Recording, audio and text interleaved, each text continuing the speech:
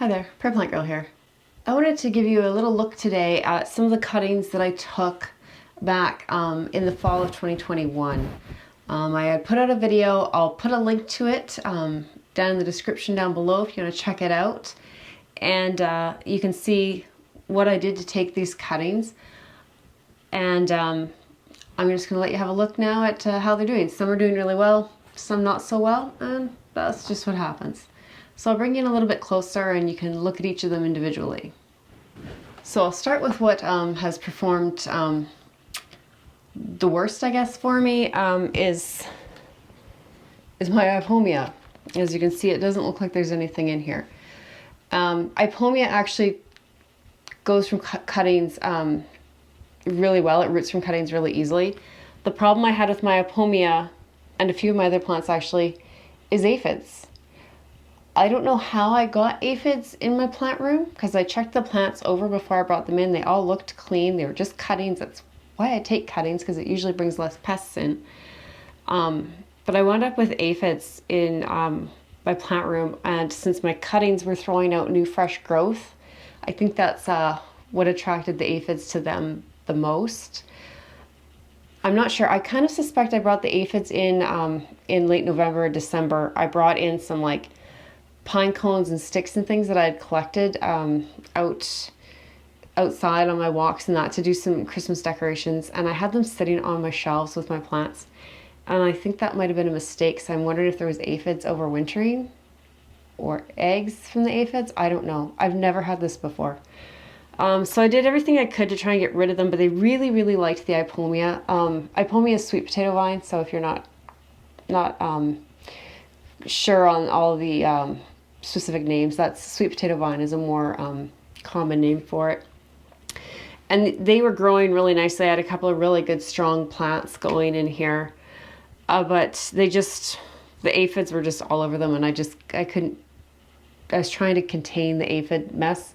So I moved this pot out into my garage, and like a lot of things, out of sight, out of mind, I kind of forgot about it. So I think they got a little bit dried out. It's a little cooler out there, and obviously the light wasn't as good. I just cut them all back. They were covered in dried up leaves, and I'm not sure. The stems actually still feel like they might have life in them.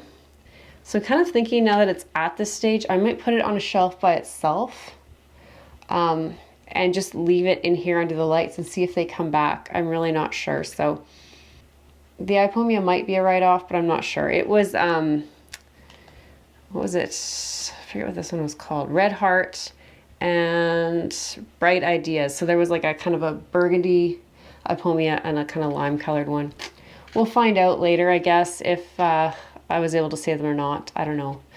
But Myopomia is easy to pick up in the store, so I'm not too worried about it. If I killed it off, it was better than having aphids all over my plant room, because they were bad on here. The next one, I guess, would be the Heliotrope. So this was marine Heliotrope, and it also has aphids, and it still has aphids, but they don't seem to be as bad on it. I get the odd little one, and I've been spraying it. 1 week I'll spray it with like a garlic wash kind of spray and a real high jet stream, and 1 week I'll spray it with like a Safer's product that's an organic, I think it's pyrethrin based spray, just to try and get them under control. But they just, I don't know, they like this plant as well, but not as much as the Myopomia was just a complete disaster with them.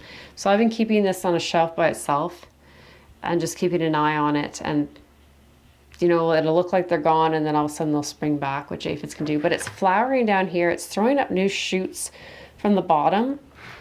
So I'm not quite ready to write this one off, but I'm really trying to keep an eye on it and really try and keep the aphids under control and make sure that this plant isn't touching any other plants, so that the aphids aren't finding an easy path to a new plant. So I'm actually going to move this one out of here so it's not encouraging that to happen.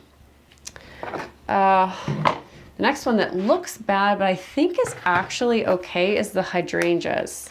Now, they're a little bit dried out right at the moment, but they rooted really, quite quickly. I don't know if you can see how many roots are on there.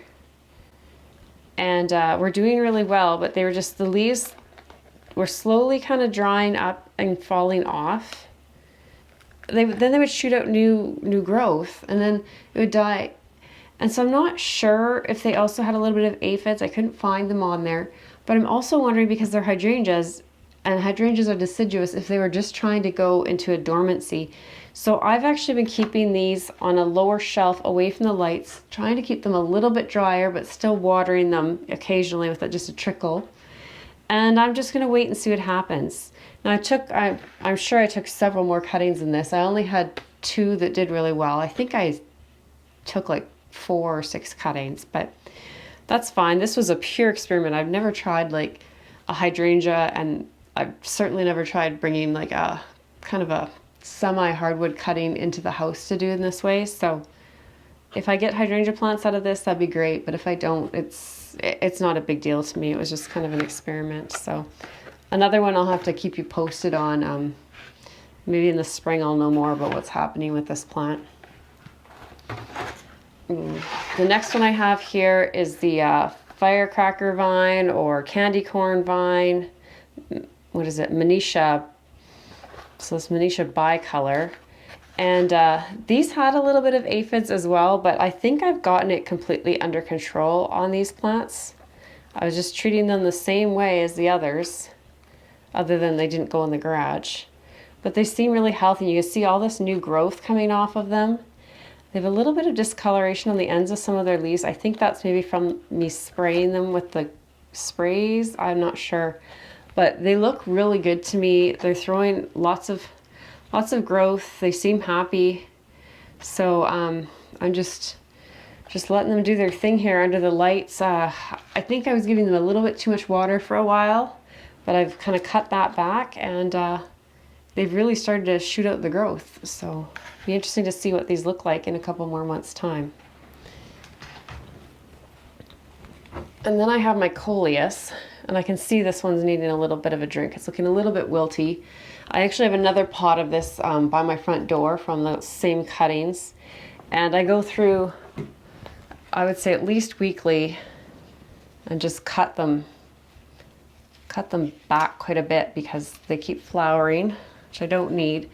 And I just want these for cuttings anyways, so I'm just trying to keep the plants somewhat under control and contained here. And that just helps them bush out a little bit, which will give me more to take cuttings from in a few months' time. So I just keep going through, and I mean, I'm not trying to really maintain it for like a shape or a certain look.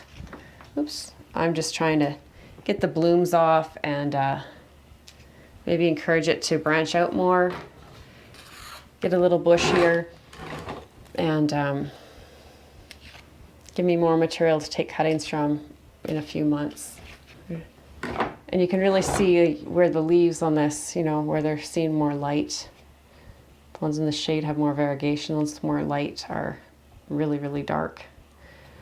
But anyways, these plants are doing the best. Like I said, I have another pot about this size growing just as well, just sitting at my front door in the sunshine there. And it seems happy. So the hardest thing is I suspect they have a pretty good root system in these smallish pots. So they dry out quite a bit. I'm giving them water quite often, but that's okay with me. That means they're healthy and they're growing lots.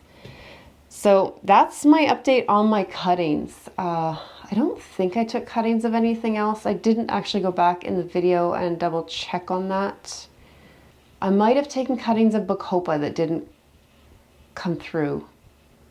I think I did. So yeah, it was Bacopa. It was something like that I took.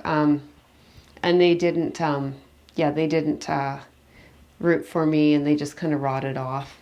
I think I just had them in cups of water. A couple I thought looked like they were going to throw out a little bit of roots, and I put them in some soil, and they all just died off. So that happens, but it's fun to find out and try things, and maybe I'll have a few plants that are just a little bit more mature when it comes to spring and putting things out. So So hopefully you enjoyed this update, and don't forget to check out the video of when I took the cuttings if you're interested in how I did that. And we'll see you in the next one. Thanks for watching. Bye.